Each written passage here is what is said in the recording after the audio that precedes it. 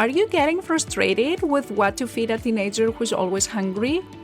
Everybody knows that teenagers have a huge appetite. It seems like you need to feed them constantly to satisfy their hunger. It's even more difficult where teenagers who struggle with their weight truly want to make changes, like cut down on junk food or stop overeating, and they can't.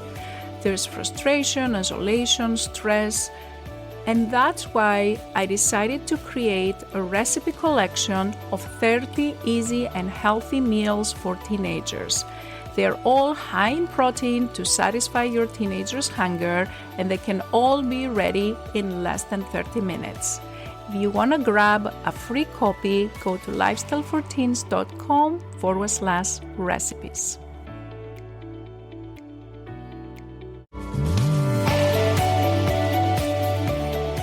Are you getting frustrated with what to feed a teenager who's always hungry? Everybody knows that teenagers have a huge appetite. It seems like you need to feed them constantly to satisfy their hunger. It's even more difficult where teenagers who struggle with their weight truly want to make changes, like cut down on junk food or stop overeating, and they can't. There's frustration, isolation, stress, and that's why I decided to create a recipe collection of 30 easy and healthy meals for teenagers. They're all high in protein to satisfy your teenager's hunger, and they can all be ready in less than 30 minutes. If you want to grab a free copy, go to lifestyleforteens.com/recipes.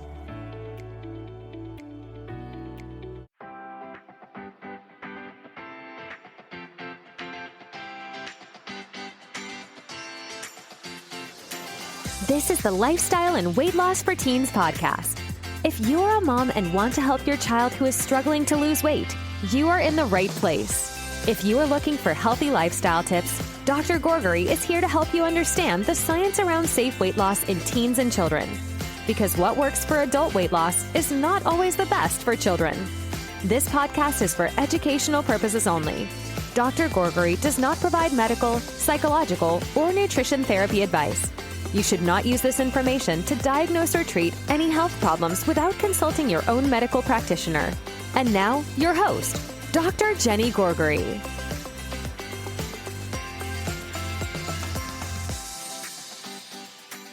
Hello, welcome to another episode of the Lifestyle and Weight Loss for Teens podcast.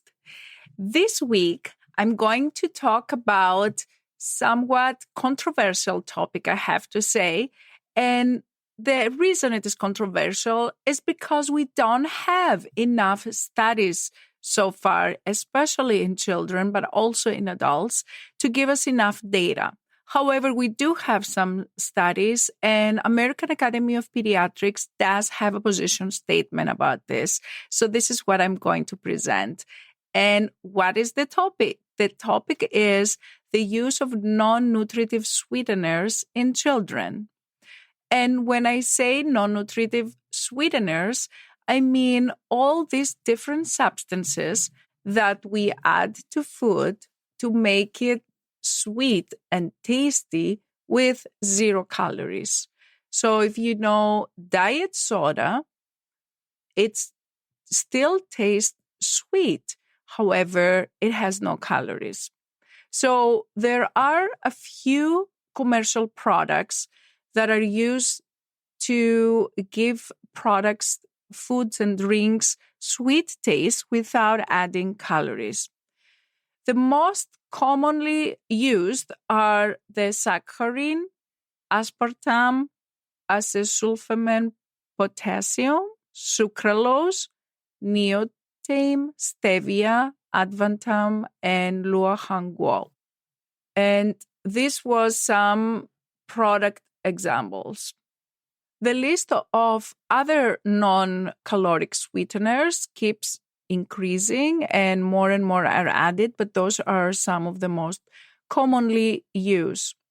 And you will probably find them if you look in packages that say sugar-free, you are very likely to find one of these substances.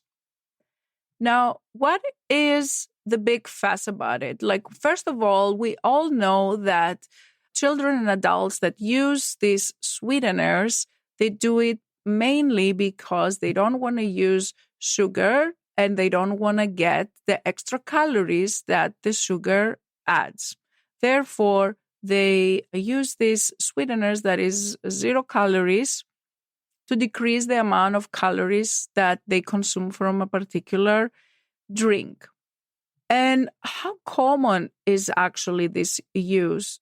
It's actually pretty common. Like one of the recent studies, the Enhanced study, estimated that 25% of children use non-caloric sweeteners compared to 44% of adults, which is a significant amount.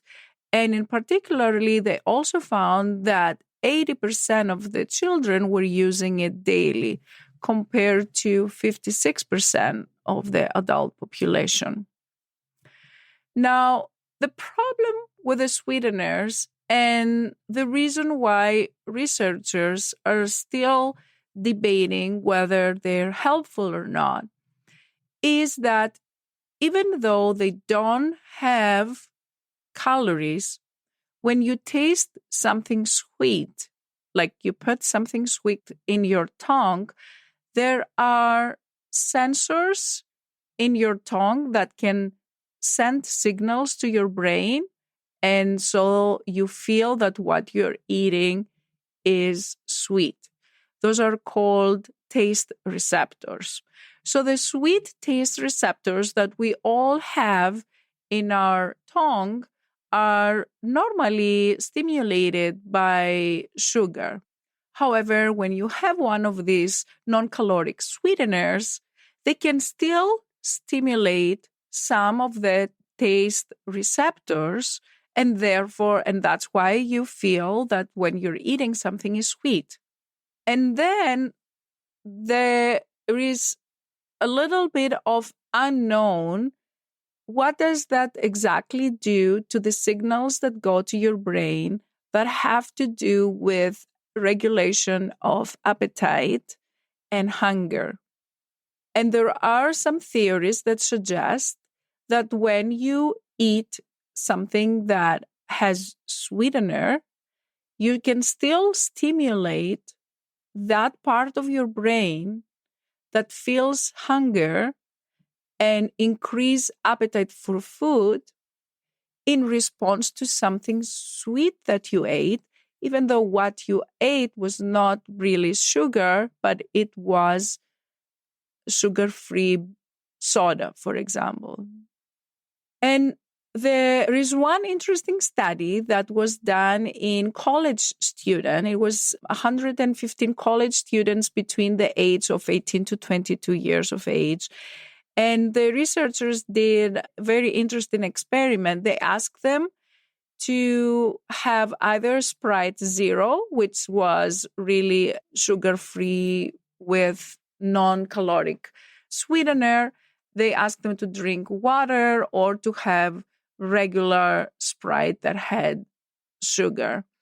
And then after that, they wanted to see what were they more likely to eat after they had these drinks. So they offered them different snacks, and then they looked what snack did they go for.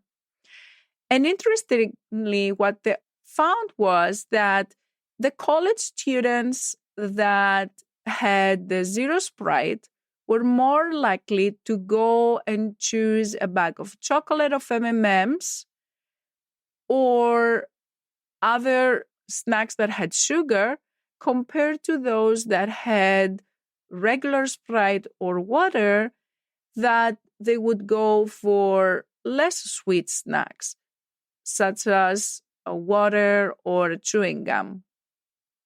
So what is a possible explanation of this finding? Why did this happen? The researchers speculate that probably the college students that had the zero Sprite instead of a regular Sprite, they didn't quite feel satisfied with that. And then they went for something like a real treat, like the bag of M&Ms. Whereas the college students that were satisfied with the regular soda, they didn't feel the need to go for it. The reality is we don't really have a lot of data on this topic, but we do have some data that suggests that when we drink sweeteners or when we have food that has a lot of sweeteners, that can affect our taste preferences, and we may go for more sweets afterwards compared to if we just had water or if we just even had sugar. There's definitely a lot of research that needs to be done in this topic because we just don't have enough data. Now, another thing I would like to bring to your attention, again, from this manuscript, from the recommendations by the American Academy of Pediatrics, is that there could be potentially a role for non-caloric sweeteners in certain populations. And in particularly, if there are children that have diabetes and they're using insulin for every time that they consume sugar, then having stevia or having one of these caloric-free sweeteners may be beneficial to them because they don't need to use insulin as they have to use when they are eating something sweet with sugar. Also, if there are children and teenagers that they are trying to get in shape and they're trying to lose weight, and they're able to control their total caloric intake by using the caloric-free sweeteners, then there is a role for them to use them as long as that doesn't lead to overconsumption of other foods that will eventually increase their caloric intake. Because if you are trying to cut down, let's say, the calories you're consuming by drinking a regular soda, so you drink a diet soda, and after that, you feel the urge to, I didn't really feel satisfied with this. Let me just go and get a chocolate, or let me just get something else that is sweet. Then it defeats the purpose. And it may be really not your fault. It may be just because your body is reacting in a way that you crave more sweets because your taste buds in your tongue are still activated by those sweeteners. And it could be that maybe you have a bigger urge with those sweeteners than if you just had a little bit of sugar in the beginning. So what I would suggest is, if you have a teenager who likes to have sweeteners, or if you are a teenager and you like beverages like sugar-free soda and sugar-free juice, what I would suggest you do is that you pay attention to what happens after you have your sugar-free soda or your sugar-free juice. Do you feel satisfied and happy, and you feel like, I'm glad I had this soda, and you can move on with your life and do your activities and do the next thing you need to do? If that is the case, then perhaps then it's not creating a big problem for you. If you do notice, though, that once you have one of these, let's say, sugar-free Sprite, you feel the urge to afterwards go for something sweet. Perhaps you feel in your mind that, since I have a sugar-free soda, let me just go and grab that sweet. Or you just feel that, I still need to have something sweet because that sugar-free soda was really nothing. Then perhaps it may be beneficial for you to give up on that sugar-free soda because it may give you more cravings for sugary food and sugary drinks after you're done with it, instead of giving you satisfaction and keeping your caloric intake low. In other words, if you're able to use non-caloric sweeteners and maintain your total caloric requirement where you want it to be, then perhaps it may not be so a big problem for you. But if you feel that it creates an urge to have more snacks and more sugar afterwards, then perhaps it doesn't really serve you, and you can try an alternative, which is just have water. So always, of course, water is the best hydration compared to all juice and sodas. But I do understand the need to have something sweet and sweet drinks. I hope you enjoyed this episode. I hope it will help you pay attention how your body feels after you had a sugar-free soda, sugar-free dessert, sugar-free juice, sugar-free tea, whatever you're drinking as sugar-free. Pay attention what happens to your body after you had it, and then decide what you want to do next. Make a choice that serves your goals. I'll talk to you again next week. Bye-bye. If you enjoyed listening to this podcast, I invite you to come check out the LIFT program. It's Dr. Gourgari's 12-week coaching program for teens and their moms, where we take all this information, we apply it to your daily life, and we work together so your teenager learns how to create a healthy lifestyle so they can feel happier, more confident, less stressed, and love their body again. Visit the website at lifestyleforteens.com and click on the Work With Me and free resources to learn more about this program and get free help to start this journey right away. Thanks for tuning in, and we'll catch you in the next episode of Lifestyle and Weight Loss for Teens.